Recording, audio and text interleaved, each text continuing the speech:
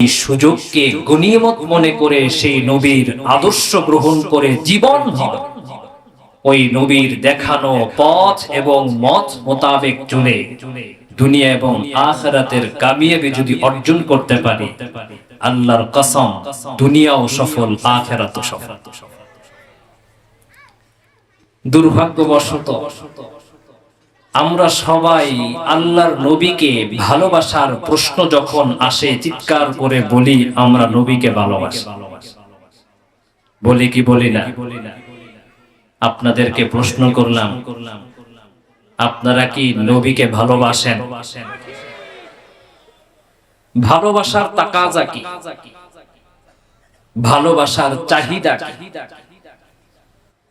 বর্তমান সমাজের যে সমস্ত যুবক যুবতীরা আছে তাদেরকে জিজ্ঞেস করবেন,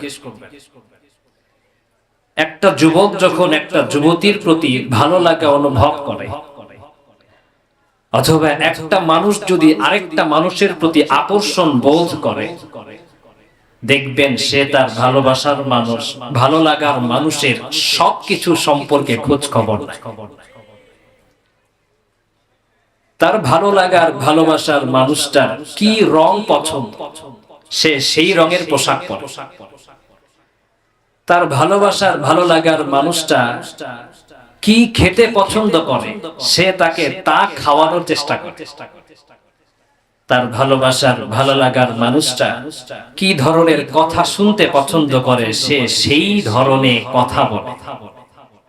কারণ সে চায় আমি যাকে ভালোবাসি আমার আচরণ, আমার কথা, আমার ভাবভঙ্গি, আমার সবকিছুতেই তার ভালোবাসার প্রকাশ ঘটবে, যাতে করে সে বুঝতে পারে আমি তাকে ভালোবাসি। আল্লাহর নবী সাল্লাল্লাহু আলাইহি ওয়াসাল্লামকে আমরা ভালোবাসি, সবাই চিৎকার করে বলতে থাকি নবী তোমাকে ভালোবাসি। অথচ নবী চান আপনার গোটা দেহের প্রতি ইঞ্চিতে যেন নবীর আদর্শ থাকে। অথচ নবী চান আপনার পরিবারের ভেতরে যেন নবীর আদর্শ থাকে।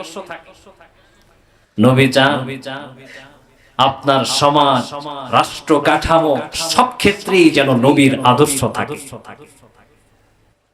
যখন আপনি মাথায় টুপি পরবেন, গায়ে সুন্নতি লেবাস ধরবেন, মসজিদে নামাজ পড়বেন, মাদ্রাসায় উলামায়ে কেরামের সান্নিধ্যে যাবেন, তখনই শুধু নবীকে ভালোবাসবেন। কিন্তু যখন বাজারে যাবেন, যখন ব্যবসা করবেন, যখন সংসার চালাবেন, যখন কেনাকাটা করবেন, যখন রাজনীতি করবেন, নেতৃত্ব দিবেন, দেশ চালাবেন, তখন নবীকে ভালোবাসার কথা মনে থাকে। এইটা কি ভালোবাসা হইল? আল্লাহর নবী সাল্লাল্লাহু আলাইহি ওয়াসাল্লামকে আমরা সবাই ভালোবাসি। এই ভালোবাসার তাকাজা এবং চাহিদা হলো জীবনের প্রতিটা মুহূর্ত, প্রতিটা অধ্যায়, প্রতিটা ক্ষেত্র একমাত্র একজনের আদর্শ মোতাবেক চলবে। তিনি হলেন আমার নবী, প্যারা নবী মুহাম্মদ আরবি সাল্লাল্লাহু আলাইহি ওয়াসাল্লাম। নবীর প্রতি এই রকম অগাধ ভালোবাসা আমাদের ভেতরে লালন করার দরকার আছে না নাই? মনে রাখবেন, কোন জাতের প্রতি, কোন সত্তার প্রতি যদি ভালোবাসা শতভাগ নিরঙ্কুশ এবং খাঁটি করে লালন করতে হয়, তাহলে ওই জাত এবং ওই সত্তা সম্পর্কে শতভাগ ধারণা এবং জ্ঞান অর্জন করতে হয়। আপনি যাকে ভালোবাসবেন তাকে আপনি ঠিক মতন চেনেনই না। আপনি যাকে ভালোবাসবেন তার ভালো লাগা না লাগা, তার পছন্দ অপছন্দ সম্পর্কে জানেনই না। তাহলে আপনি যে মুখ দিয়ে বলেন তাকে আপনি ভালোবাসেন, এই ভালোবাসার দাবি করাটাই ঠিক না। এজন্য আল্লাহর নবী সাল্লাল্লাহু আলাইহি ওয়াসাল্লামের প্রতি শতভাগ ভালোবাসা যদি লালন করতে হয়, এই নবীর মাকাম, এই নবীর শ্রেষ্ঠত্ব, এই নবীর মর্যাদা, এই নবীর অবস্থান, আল্লাহ তাআলার সাথে এই নবীর সম্পর্ক ইত্যাদি সম্পর্কে যখন আপনি শতভাগ ধারণা জ্ঞান অর্জন করবেন, তখন এই নবীর প্রতি আপনার এমন ভালোবাসা লালন হবে, আপনি যদি একজন ব্যবসায়ী হন, ব্যবসা করার সময় খুঁজতে থাকবেন আমার নবীর আদর্শ কি। আপনি যদি একজন সংসারী হন, সংসার করার সময় খুঁজতে থাকবেন আমার নবীর সংসার কেমন ছিল। আপনি যদি একজন রাজনীতিবিদ হন, আপনি খুঁজতে থাকবেন আমার নবীর রাজনীতি কেমন ছিল। আপনি যদি কোনো এক জনপদ, কোন এক গোষ্ঠী, গোত্র, বংশ, রাষ্ট্রের অভিভাবক হন, নেতৃত্বে থাকেন, আপনি খুঁজতে থাকবেন আমার নবী নেতা হিসেবে কেমন ছিল, আমাকে তেমন হতে হবে। এটাই হলো ভালোবাসার তাকাজা, এটাই হলো ভালোবাসার চাহিদা।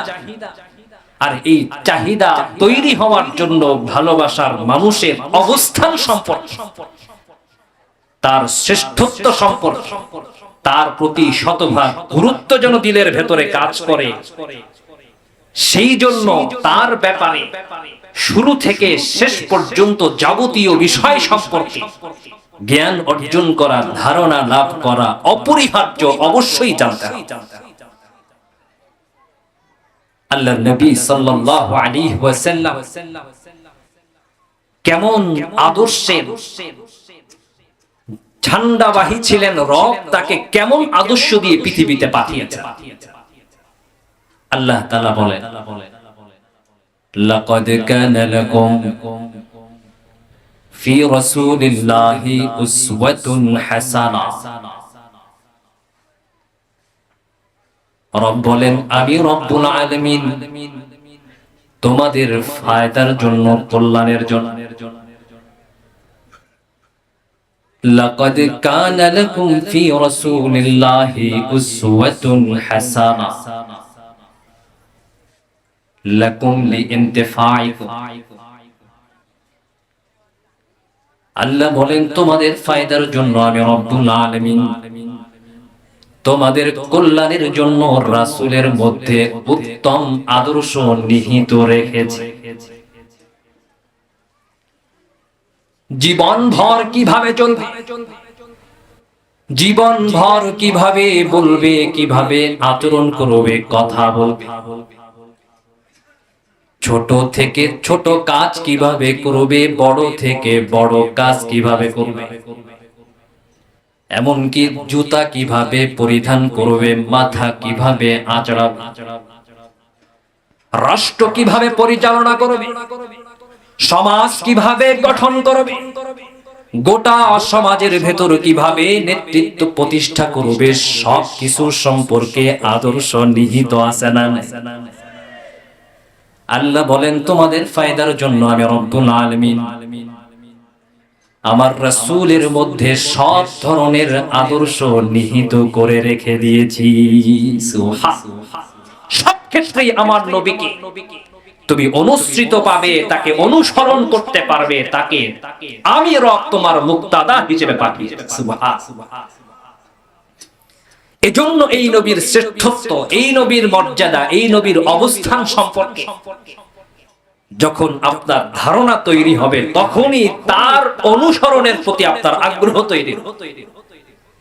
তাকে অনুসরণ করবেন না, তাকে মানবেন না, তার আদর্শ গ্রহণ করবেন না, তার বলে দেওয়া পথ মত মোতাবেক চলবেন না, তার বলে দেওয়া পোশাক পরবেন না, তার বলে দেওয়া সুরত সিরাত গ্রহণ করবেন না, তার দেখানো পথ মোতাবেক আপনি রাজনীতি করবেন না, ব্যবসা করবেন না, আর মুখ দিয়ে বলবেন নবী তোমাকে ভালোবাসি। এই ভালোবাসার কোনো দাম, এই ভালোবাসার কোনো দাম।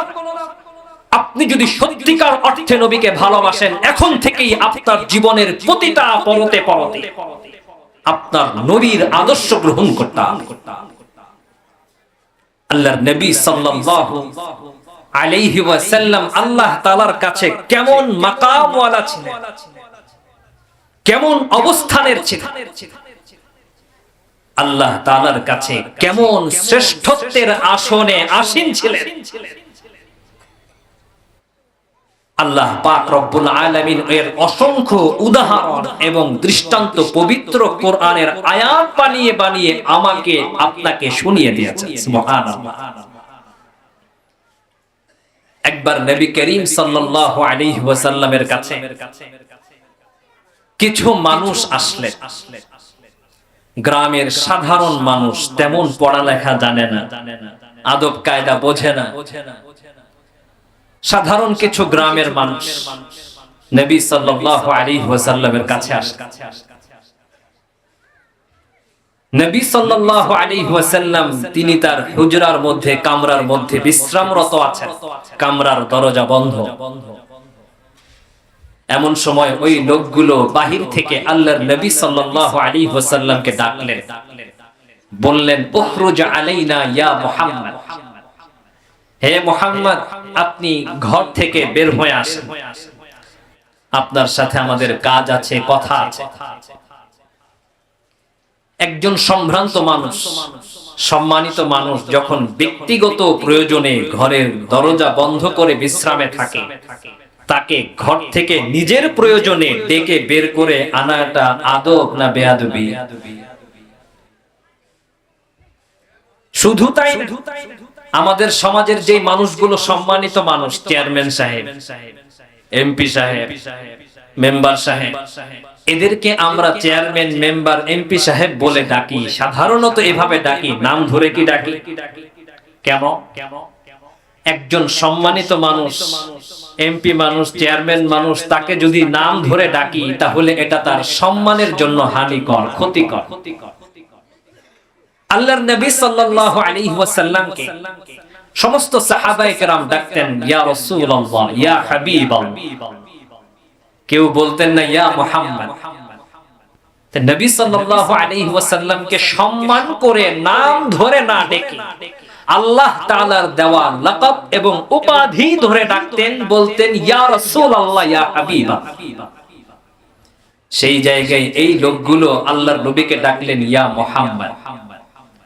বলেন তো দেখি, আল্লাহর নবীর শানের সাথে বেয়াদবি হলো কি হলো না?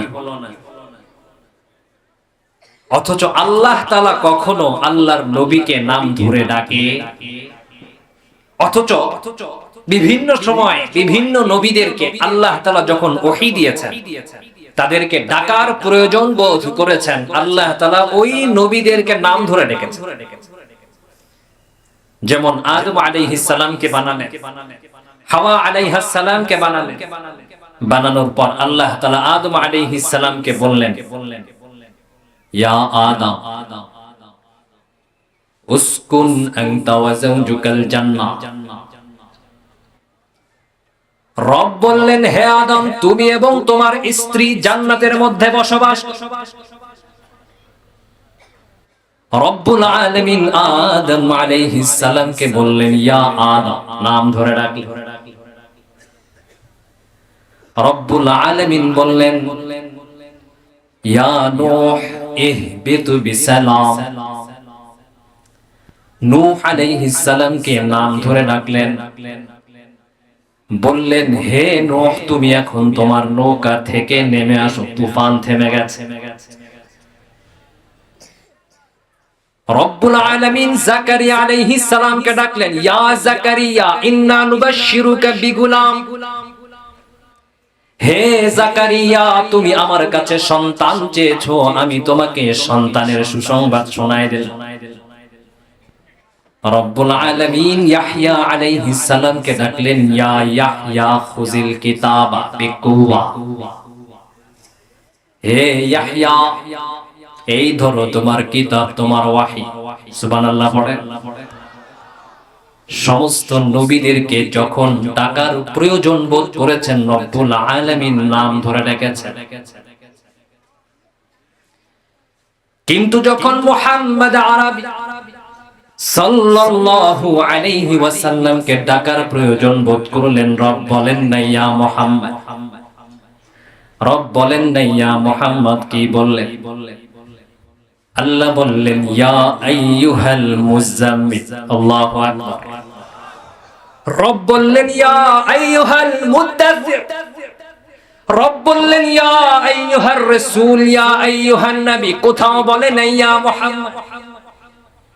তার মানে আমার নবী মুহাম্মদ সাল্লাল্লাহু আলাইহি ওয়াসাল্লাম আল্লাহর কাছে এত প্রিয়, এত দামি, যে দামের কারণে, শ্রেষ্ঠত্বের কারণে রব্বুল আলামিন কখনো নবীকে নাম ধরে ডাকে নাই, বরং যখনই ডেকেছেন তার পদ পদবী, তার সম্মানসূচক শব্দ ব্যবহার করে করে ডেকেছি। সুবহানাল্লাহ। সেই জায়গায় যদি কেউ নবীর নাম ধরে ডাকে, আল্লাহ তাআলার সহ্য হয় কি বলে? আল্লাহর নবী সাল্লাল্লাহু আলাইহি ওয়াসাল্লাম বের হয়ে আসেন, এসে বললেন কি ব্যাপার, তোমাদের কি কাজ, কেন আসলে? ওই লোকগুলো বললেন ইয়া রাসূলুল্লাহ, আমরা তামিম গোত্রের কিছু মানুষ, বনি তামিমের লোক আমরা, আমাদের দলের একজন গোত্র প্রধান প্রয়োজন, একজন নেতা প্রয়োজন, আপনার কাছে এসেছি, আপনি আমাদের বংশের একজন নেতা নির্ধারণ করে দিবেন, গোত্র প্রধান নির্ধারণ করে দিবেন। আল্লাহর নবী সাল্লাল্লাহু আলাইহি ওয়াসাল্লাম কেমন আদর্শের নবী, ওই জায়গায় তিনি বিন্দু পরিমাণ বিরক্তি প্রকাশ করলেন। বললেন না, আমি তো বিশ্রামে ছিলাম, আরামে ছিলাম, তুমি কেন আমার বিশ্রামের ব্যাঘাত ঘটালে? কেন আমার ব্যক্তিগত প্রয়োজন থেকে আমাকে ফারেক করলে? তোমাদের নিজেদের প্রয়োজনে অপেক্ষা করতে পারলে না একটু সময়? নবী সাল্লাল্লাহু আলাইহি ওয়াসাল্লাম এই রকম আচরণ প্রকাশ করে, অথচ আমাদের চিন্তা ভাবনা, আমাদের অ্যাটিটিউড, আমাদের আচরণগুলো কেমন? সামান্য থেকে সামান্য কারণেই আমরা দাঙ্গা করি, হাঙ্গামা করি, মারামারি করি, করি কি করি না? ছোট থেকে ছোট বিষয় নিয়ে আমরা একে অপরের সাথে ফাসাদ। অথচ নবী সাল্লাল্লাহু আলাইহি ওয়াসাল্লাম বলেন সিলমান খাতা, কেউ যদি তোমার সাথে সম্পর্ক ছিন্ন করে, তুমিও তার মতন দূরে সরে যাবে না, বরং তার সাথে মিলে থাকার চেষ্টা করো। সুবহানাল্লাহ। ওয়াফু আম্মান যালামা, কেউ যদি তোমার উপর জুলুম করে, খবরদার তুমিও জালেম হবা না, বরং তুমি তার জুলুমকে মাফ করে উদারতা প্রদর্শন করে তাকে শেখাও, জুলুম করা যায় না, ইহসান করতে হয়, অনুগ্রহ করতে হয়, ভালোবাসতে হয়। সুবহানাল্লাহ। ওয়া আহসিন ইলা মান আসাআ ইলাই, নবী বলেন কেউ যদি তোমার সাথে খারাপ আচরণ করে, কেউ যদি তোমার সাথে অন্যায় আচরণ করে, খবরদার তুমিও অন্যায় আচরণ করবে না, তুমি তার সাথে সুন্দর ভালোবাসার আচরণ করবে, ইহসান করবে, তার প্রতি অনুগ্রহ দয়া দেখাবে। সুবহানাল্লাহ। আল্লাহর নবী সাল্লাল্লাহু আলাইহি ওয়াসাল্লাম বিন্দু পরিমাণ বিরক্ত না হয়ে তাদেরকে তাদের প্রয়োজন পুরো করার জন্য অন্যান্য কিছু সাহাবায়ে কেরামদেরকে ডাকলেন, আসো আমরা পরামর্শ করি, পরামর্শ করে দেখি এই গোত্রের গোত্র প্রধান কাকে বানানো যায়। সেই পরামর্শ সভার মধ্যে আবু বকর রাদিয়াল্লাহু তাআলা আনহু ছিলেন, হযরত ওমর রাদিয়াল্লাহু তাআলা আনহু ছিলেন, আরো অন্যান্য বড় বড় সাহাবায়ে কেরাম ছিলেন। সমস্ত বড় বড় সাহাবীদেরকে নিয়ে আল্লাহর নবী সাল্লাল্লাহু আলাইহি ওয়াসাল্লাম পরামর্শ বৈঠকে বসলেন। গোত্র প্রধান নির্বাচন করা হবে বনি তামিমের জন্য।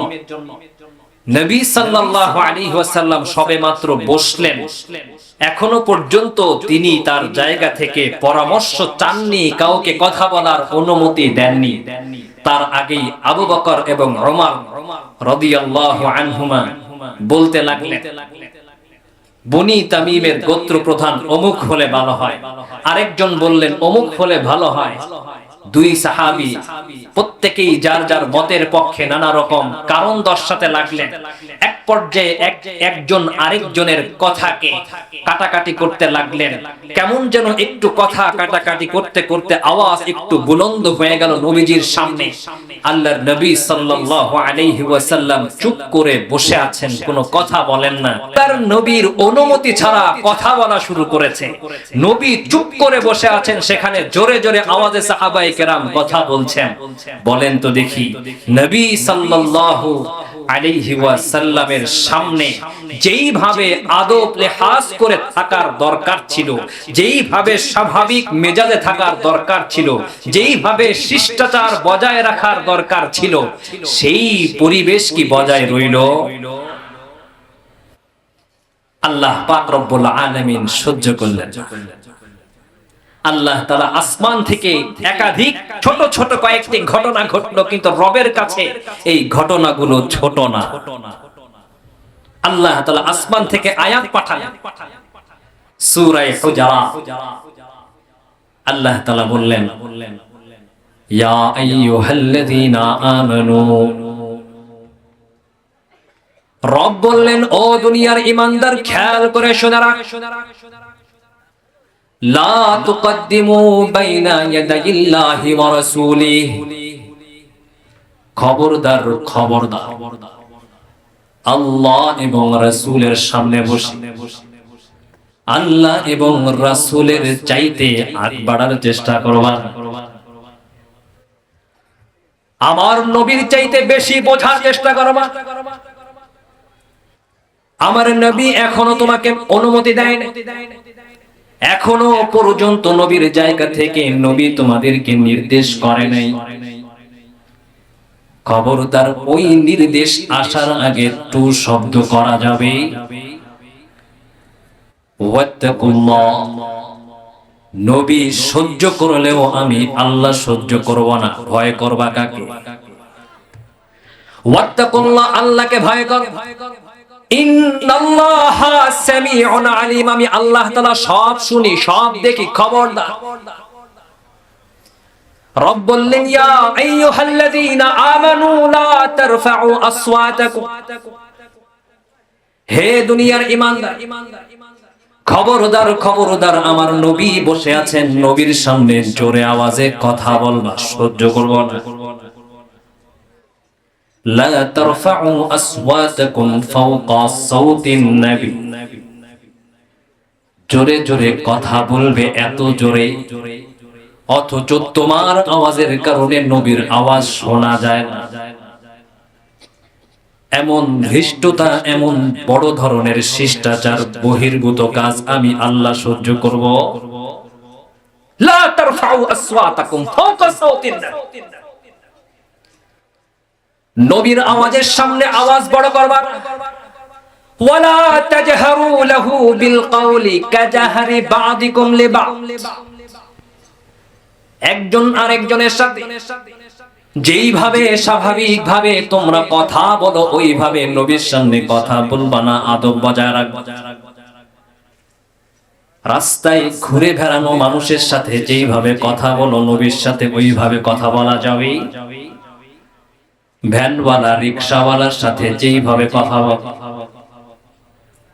সাধারণ মানুষের সাথে যেইভাবে কথা বলো, নবীর সাথে ওইভাবে কথা বলা যাবে। এখন কি নবী আছে? এখন তো নবী নাই, তাহলে আমল করব কেন?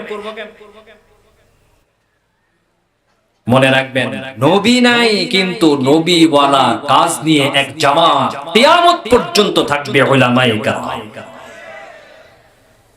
এখন নবী নাই কিন্তু নবীদের জিম্মাদারি নিয়ে, নবীদের ওয়ারাসাত নিয়ে, নবীদের উত্তরসূরি হয়ে কিয়ামত পর্যন্ত জীবন সংগ্রাম করবে দ্বীন প্রতিষ্ঠার জন্য। তাদের সামনেও ওইভাবে আদব এবং শিষ্টাচার বজায় রেখে প্রত্যেকটা শব্দ বাক্য উচ্চারণ করতে হবে, অন্যথায় আল্লাহর কসম করে বলি, রব বলেন আন তাহবাতা আমালুকুম, তুমি কত বড় আমলওয়ালা জানি না, রব বলেন তোমার জিন্দেগীর যাবতীয় আমলগুলো নিমিষেই ধ্বংস হয়ে যাবে, ধ্বংস হয়ে যাবে। আমাদের সমাজে এমন মানুষ আছে না নাই? এমন মানুষ আছে, কিছুদিন সরকারি চাকুরি করে, করতে করতে করতে করতে একটা পর্যায়ে অবসর হয়ে যায়, এখন আর কোনো কাজ নাই। তারপর বাজারে যায়, বুখারী শরীফ কিনে নিয়ে আসে, মুসলিম শরীফ কিনে নিয়ে আসে, বিভিন্ন তাফসীরুল কোরআন কিনে নিয়ে আসে, একা একা পড়ে, গবেষণা করে। করতে করতে পড়তে পড়তে এক পর্যায়ে উলামায়ে কেরামদেরকে বিভ্রান্ত মনে হয়, পথভ্রষ্ট মনে হয়, নাউজুবিল্লাহ পড়েন। মনে রাখবেন, কোরআন এবং সুন্নাহর মধ্যে এমন অনেক প্রসঙ্গ আছে, বিষয় আছে, যেগুলো স্বাভাবিক নজরে চোখে দেখলে আপনার কাছে সাংঘর্ষিক মনে হবে, আপনার কাছে দ্বিচারিতা মনে হবে, আপনার কাছে ডাবল স্ট্যান্ডার্ড মনে হবে, একটা আরেকটার বিরোধী মনে হবে। কিন্তু এই অসামঞ্জস্যতা আপনার কাছে মনে হতে পারে, কিন্তু যদি কোনো আলেমের শরণাপন্ন হন, একজন প্রাজ্ঞ বিজ্ঞ আল্লাহর পক্ষ থেকে বড় বড় উলামায়ে কেরামের সুহবত প্রাপ্ত কোনো মানুষের শরণাপন্ন হন, তখন দেখবেন এই পারস্পরিক স্ববিরোধী বিষয়গুলো সবকিছুই যার যার জায়গায় ঠিক আছে। কিন্তু এই ব্যাপারগুলো না বুঝে অনেক সময় দেখা যায় সমাজের ওই পর্যায়ের মানুষগুলো উলামায়ে কেরাম নিয়ে প্রশ্ন করে, আলেমদের অবস্থান নিয়ে প্রশ্ন করে, আলেমদের পারস্পরিক মত পার্থক্য নিয়ে সমালোচনা করে, আলেমদের কাজ নিয়ে, রাজনীতি নিয়ে, সিদ্ধান্ত নিয়ে, কথাবার্তা নিয়ে তারা নানা রকম সমালোচনা করে। অথচ তারা ভুলে যায় একজন আলেম যদি সে সত্যিকার অর্থে আল্লাহ তাআলার দ্বীন বুলন্দির খেদমতে নিয়োজিত থাকে, নবী সাল্লাল্লাহু আলাইহি ওয়াসাল্লামের আদর্শের উপরে অটল অবিচল দৃঢ়পদ থাকে, তাহলে ওই আলেমের বিরুদ্ধাচরণ করা পারতপক্ষে পরোক্ষভাবে আল্লাহর নবী সাল্লাল্লাহু আলাইহি ওয়াসাল্লামের বিরুদ্ধে অবস্থান করা। আমরা এগুলো ভুলে যাই। এজন্য আল্লাহ বলেন, লা তারফাউ আসওয়াতাকুম ফাওকা সাওতিন নবী ওয়া লা তাজহারু লাহু বিল কওল কাজাহরি বা'দিকুম লিবা'দ। খবরদার জোরে আওয়াজে কথা বলবা। আল্লাহর নবী সাল্লাল্লাহু আলাইহি ওয়াসাল্লাম আল্লাহর কাছে এত দামি ছিলেন, এতটুকু ঘটনার কারণে আল্লাহ তাআলা সূরা পাঠাই দিলেন, আয়াত পাঠাই দিলেন। আমাদের সমাজে এমন অনেক এলিট শ্রেণীর মানুষ আছে, যখন তারা হতাশ থাকে, দুঃখে থাকে, বিপদে থাকে, দুশ্চিন্তায় থাকে, তখন দুশ্চিন্তা থেকে বাঁচার জন্য, মনের হতাশা ভোলার জন্য, দুঃখ ভোলার জন্য রিফ্রেশমেন্টে যায়, যায় কি যায় না? কোথাও ঘুরতে যায়, সমুদ্র সৈকতে যায়, সুন্দরবনে যায়, যাদের টাকা পয়সা বেশি দুবাই যায়, কাতার যায়, সুইজারল্যান্ড যায়, থাইল্যান্ড যায়, ঘুরতে যায়। কেন? মনের ভিতরে অনেক দুঃখ, অনেক বেদনা, অনেক দুশ্চিন্তা, স্ত্রী কথা শুনে না, সন্তান লাপরোয়া হয়ে গেছে, আত্মীয় স্বজন নানা রকম ভাবে তাকে ঠকায়, বিভিন্ন জনের কাছে এসে লক্ষ লক্ষ কোটি কোটি টাকা ঋণগ্রস্ত হয়ে আছে। সবকিছু মিলায় তার এমন একটা জীবন, দুঃখ বেদনা ভোলার জন্য সুন্দর এক পরিবেশে ঘুরতে যায়। এইরকম মানুষ আমাদের সমাজে আছে না নাই? আল্লাহর নবী সাল্লাল্লাহু আলাইহি ওয়াসাল্লামের জীবনের সবচেয়ে দুঃখের যেই কয়েকটা মুহূর্ত ছিল, তার ভিতরে একটা মুহূর্ত ছিল যখন নবী সাল্লাল্লাহু আলাইহি ওয়াসাল্লামের প্রথম স্ত্রী আম্মা জান খাদিজাতুল কুবরা রাদিয়াল্লাহু তাআলা আনহা ইন্তেকাল করে। নবী সাল্লাল্লাহু আলাইহি ওয়াসাল্লামের জীবনের সবচেয়ে দুঃখজনক মুহূর্তের একটি কারণ খাদিজাতুল কুবরা রাদিয়াল্লাহু তাআলা আনহা আল্লাহর নবী সাল্লাল্লাহু আলাইহি ওয়াসাল্লামকে যেইভাবে নবুয়তের শুরুর দিকে পাশে থেকে সহযোগিতা করে, সমর্থন করে, সান্ত্বনা দিয়ে, সেবা দিয়ে আল্লাহর নবীকে সব সময় সামনে বাড়িয়ে নিয়েছেন, এমন করে আল্লাহর নবী সাল্লাল্লাহু আলাইহি ওয়াসাল্লামের জীবনে অন্য কোন স্ত্রীর থেকে তিনি সহযোগিতা পান। বিপদের সময় পাশে ছিলেন, এমনকি জাবালে নূর, গারে হেরা, হেরা পর্বতের চূড়ায় গুহার মধ্যে নবী সাল্লাল্লাহু আলাইহি ওয়াসাল্লাম ধ্যানমগ্ন থাকতেন। কানা ইয়াতাহান্নাস বিগারি হেরা, ধ্যানমগ্ন থাকতেন সেই গুহার চূড়ায়, পাহাড়ের চূড়ায় বসে। ওই জায়গায় পর্যন্ত খাদিজাতুল কুবরা রাদিয়াল্লাহু তাআলা আনহা তখন 55 বছর বয়সী বৃদ্ধা মহিলা ওই পাহাড় বেয়ে বেয়ে চূড়ায় উঠে উঠে নবী সাল্লাল্লাহু আলাইহি ওয়াসাল্লামকে যেন তার ধ্যান মগ্নতা, তার মুরাকাবা ভেঙে বাড়িতে আসতে না হয়, সেজন্য তিনি দৈনিক 3 বেলা সেখানে উঠে চড়ে গিয়ে খাবার পৌঁছে দিয়ে আসতেন। এই মানুষটা পৃথিবী থেকে চলে গেছেন, মনের মধ্যে দুঃখ লাগে কি লাগে না? কিছুদিন পর চাচা আবু তালিব যদিও তিনি ঈমান নিয়ে যান নাই, কিন্তু জীবদ্দশায় সামাজিক ভাবে বিভিন্ন ভাবে নবী সাল্লাল্লাহু আলাইহি ওয়াসাল্লামকে সহযোগিতা দিয়েছেন, তিনিও চলে গেলেন। দুঃখের পরিমাণ বাড়লো না কমলো? আল্লাহ তাআলা উপর থেকে দেখেন আমার নবীর মন খুব খারাপ, তার কাছের মানুষগুলো চলে গেছে, তার পাশে থাকার মানুষগুলো চলে গেছে, তার সান্ত্বনা দেওয়ার মানুষগুলো এখন আর তার কাছে নাই, তার চেহারাটা মলিন, তার মনের মধ্যে দুঃখ, সবসময় এই দুঃখ ভরাক্রান্ত মন নিয়ে থাকেন। চলে যাওয়া সহযোগিতার মানুষগুলো, পাশে থাকার মানুষগুলো নিয়ে বিভিন্ন স্ত্রীদের সাথে স্মৃতিচারণ করেন, মনের মধ্যে দুঃখের চর্চা করেন। আল্লাহ তাআলা উপর থেকে দেখলেন আমার নবী সাল্লাল্লাহু আলাইহি ওয়াসাল্লামকে এই দুঃখ বেদনা থেকে বের করে আনার জন্য একটু ঘুরতে নিয়ে যেতে হবে। সুবহানাল্লাহ পড়েন। আল্লাহ তাআলা নবী সাল্লাল্লাহু আলাইহি ওয়াসাল্লামকে ঘুরতে নিয়ে গেলেন। আল্লাহ তাআলা বলেন সুবহানাল্লাযী আসরা বিআবদিহি লাইলাম মিনাল মাসজিদিল হারাম লাইলাম মিনাল মাসজিদিল হারাম ইলাল মাসজিদিল আকসা। রব্বুল আলামিন বলেন আমি রব্বুল আলামিন আমার গোলাম, আমার বান্দা মুহাম্মদ আরবি সাল্লাল্লাহু আলাইহি ওয়াসাল্লাম কে রাত্রে বেলা ভ্রমণ করাইলাম, ঘুরতে নিয়ে গেলাম। সুবহানাল্লাহ। মসজিদে হারাম থেকে মসজিদে আকসা নিয়ে গেলাম, মসজিদে আকসা থেকে ৭ আসমান ভ্রমণ করাইলাম। আল্লাহু আকবার।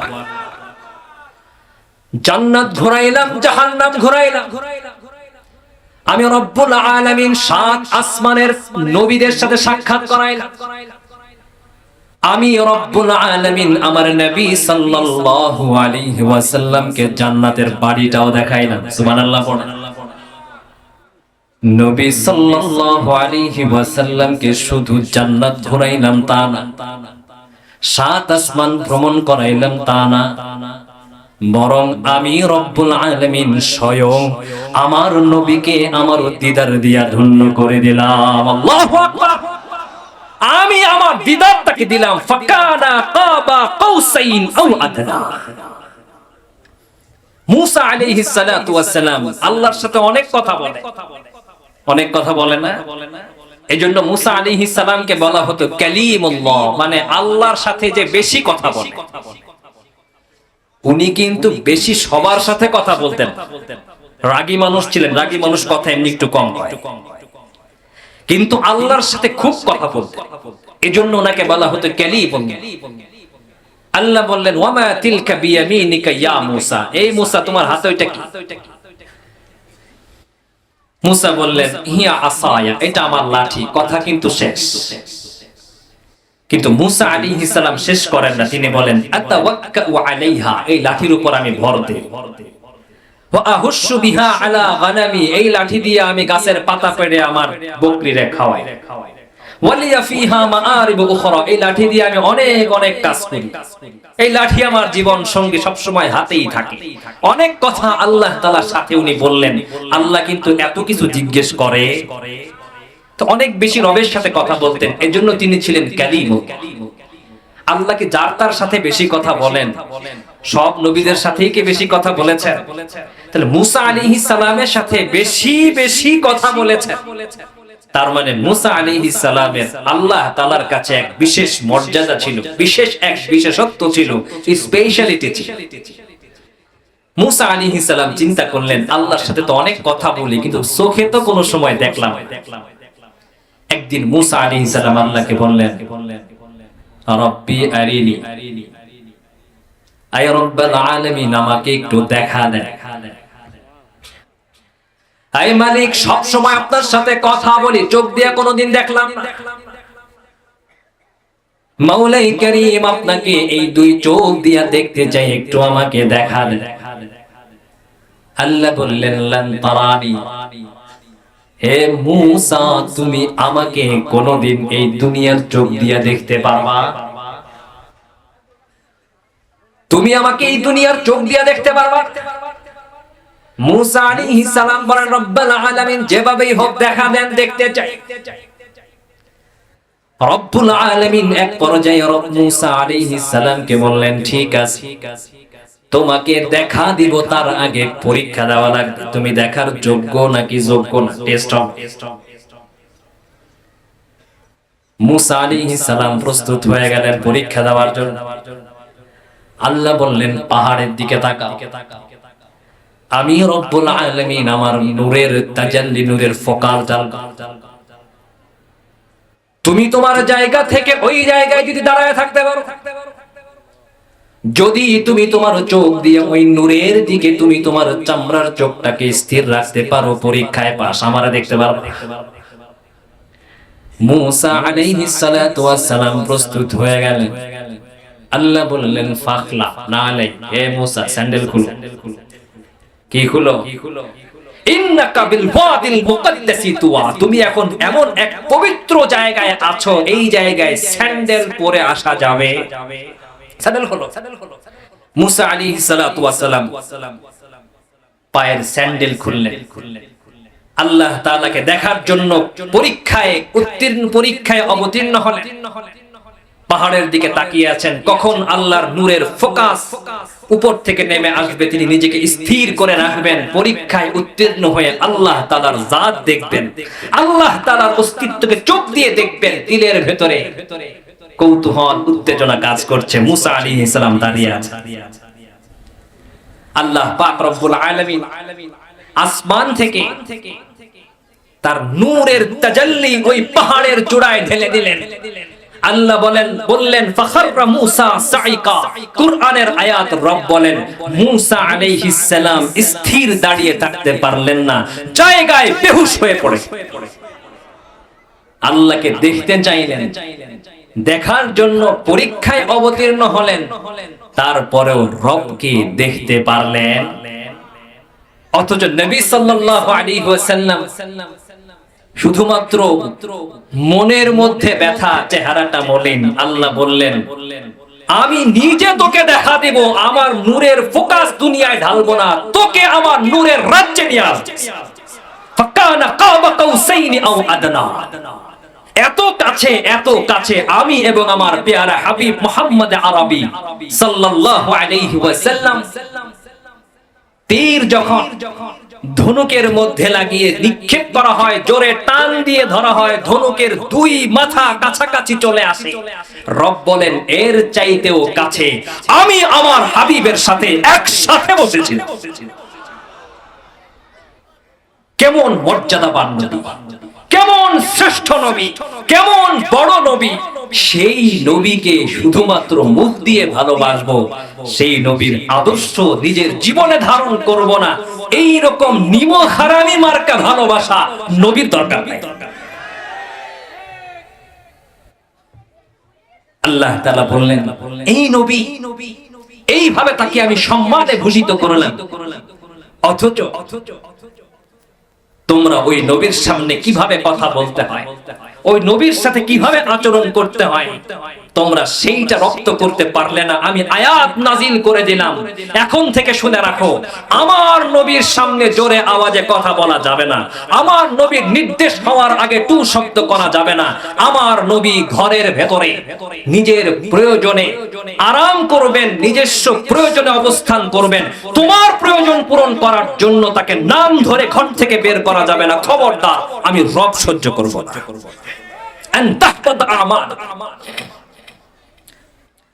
সূরা আম্বিয়া 17 নম্বর পারা। এই সূরাটার মধ্যে রব্বুল আলামিন অসংখ্য নবীদের কথা আলোচনা করেছেন।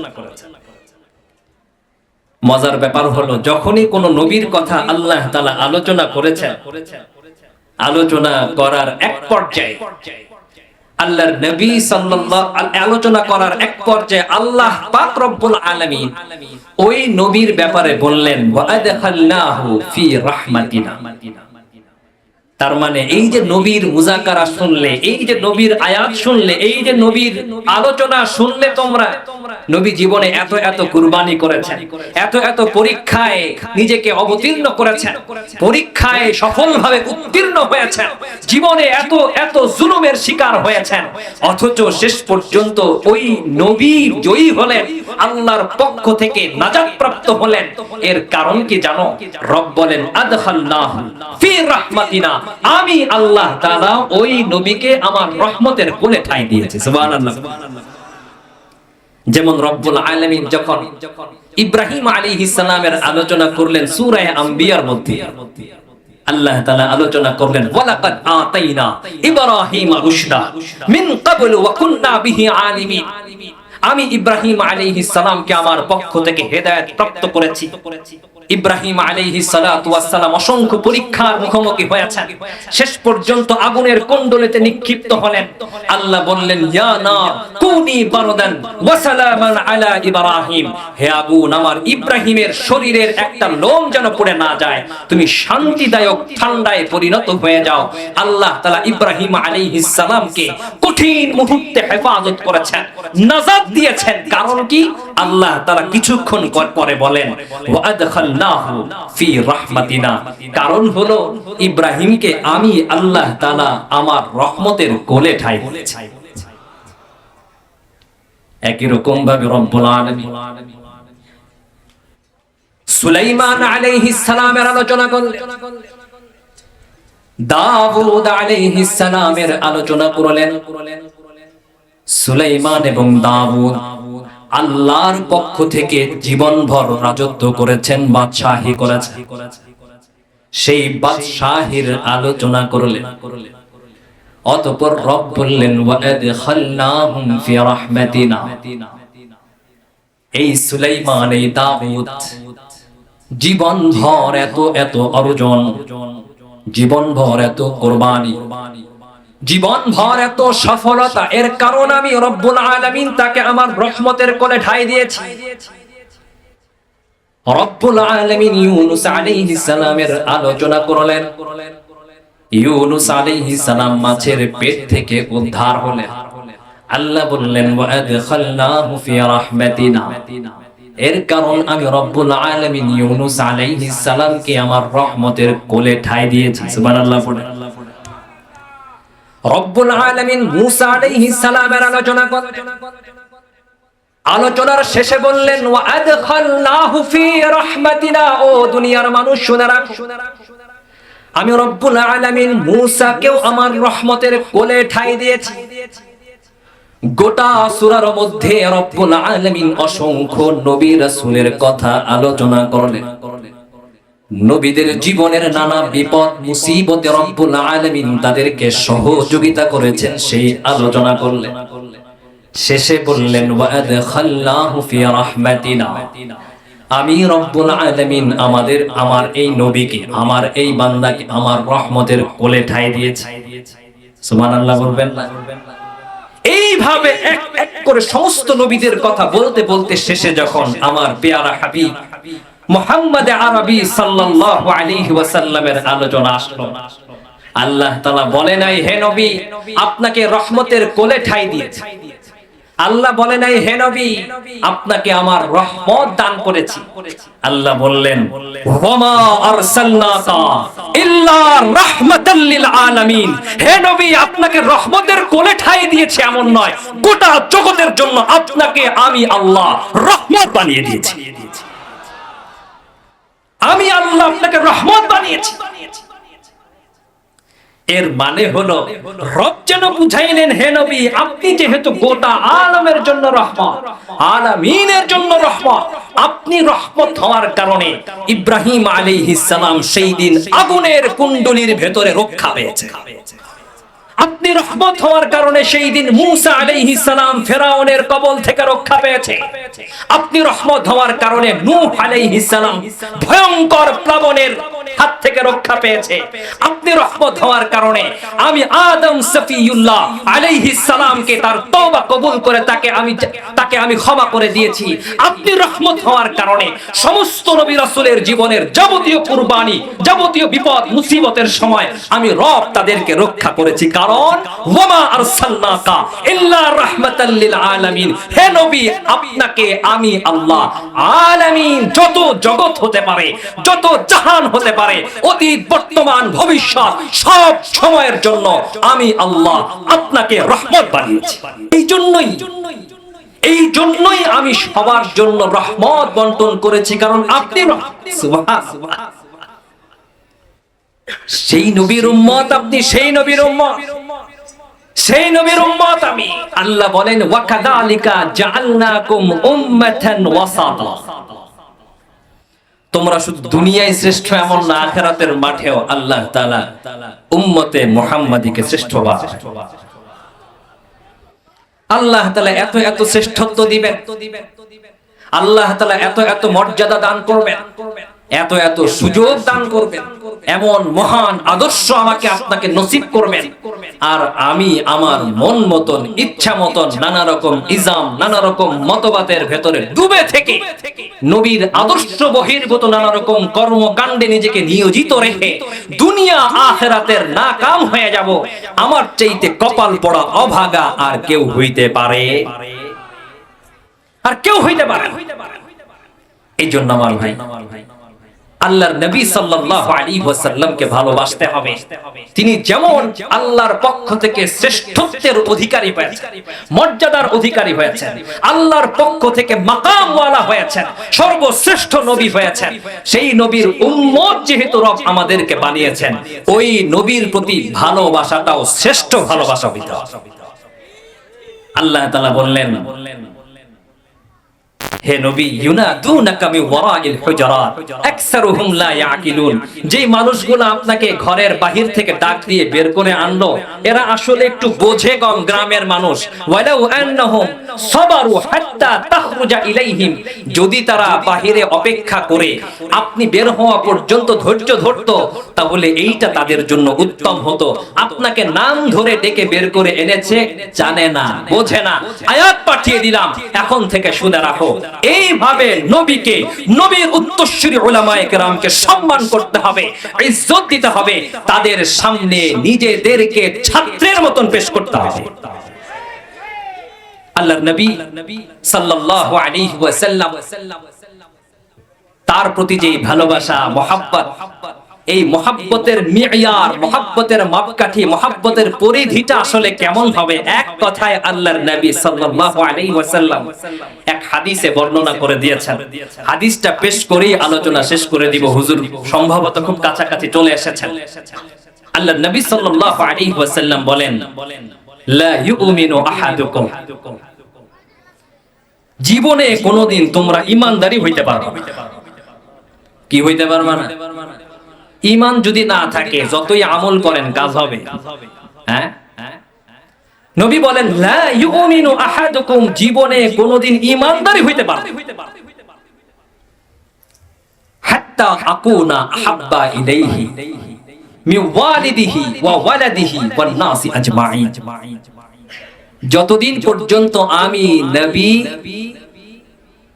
তোমার মা বাবা, তোমার সন্তান সন্ততি, তোমার পরিবার পরিজন, তোমার রাজনৈতিক নেতা গুরু, তোমার আশেপাশের মানুষজন, এক কথায় তোমার সামনে পেছনে ডানে বামে যা কিছুই তোমার ভালো লাগে, যার প্রতি তুমি দুর্বল এবং আকর্ষণ বোধ করো, মোহগ্রস্ত হয়ে যাও, নবী বলেন সব কিছুর চাইতে যতদিন পর্যন্ত আমি নবীকে ভালোবাসতে না পারবে, ততদিন পর্যন্ত তুমি ঈমানদারি হইতে পারো।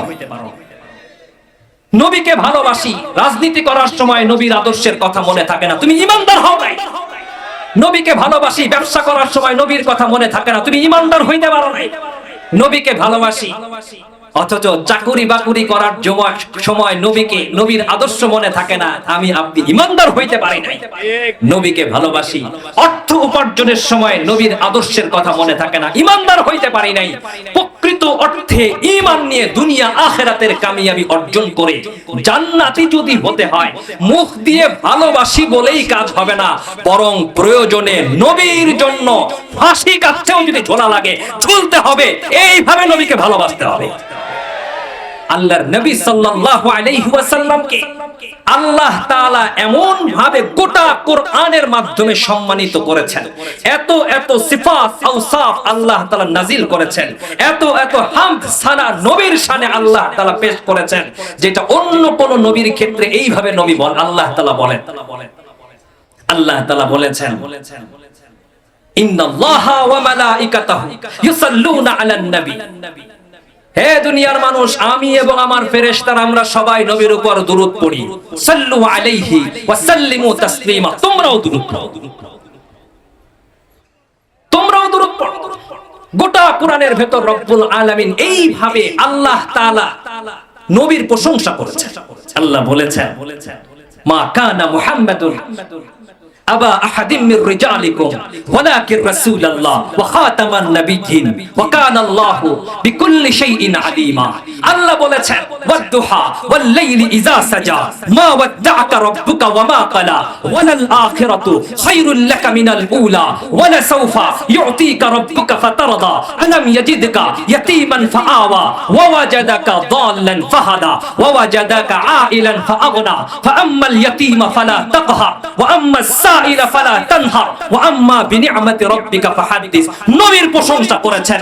রব বলেছেন, আলাম নাশরাহ লাকা সাদরাক ওয়া ওয়াদা'না আনকা বিজরাক আল্লাযী আনকাদা যাহরাক ওয়া রাফা'না লাকা যিকরাক ফাইন্না মা'আল উসরি ইসরা ইন্না মা'আল উসরি ইসরা ফাইযা ফারাগতা ফানসাব ওয়া ইলা রাব্বিকা ফারগাব। নবীর প্রশংসা করেছেন, ইন্না আতাইনা কাল কাউসার ফাসাল্লি লিরাব্বিকা ওয়ানহার ইন্না শানিআকা হুয়াল আবতার। শুধুমাত্র আমার নবীর প্রশংসা করেছে। এই নবীকে ভালোবাসতে হবে কি হবে না বলেন? ভালোবাসবো তো ইনশাআল্লাহ। আল্লাহ তাআলা আমাদেরকে তৌফিক দান করেন। সকলে পড়ি আমিন। ওয়া আখিরু দাওয়ানা আলহামদুলিল্লাহি রাব্বিল আলামিন। ওয়াসসালামু আলাইকুম ওয়া রাহমাতুল্লাহি ওয়া বারাকাতুহু।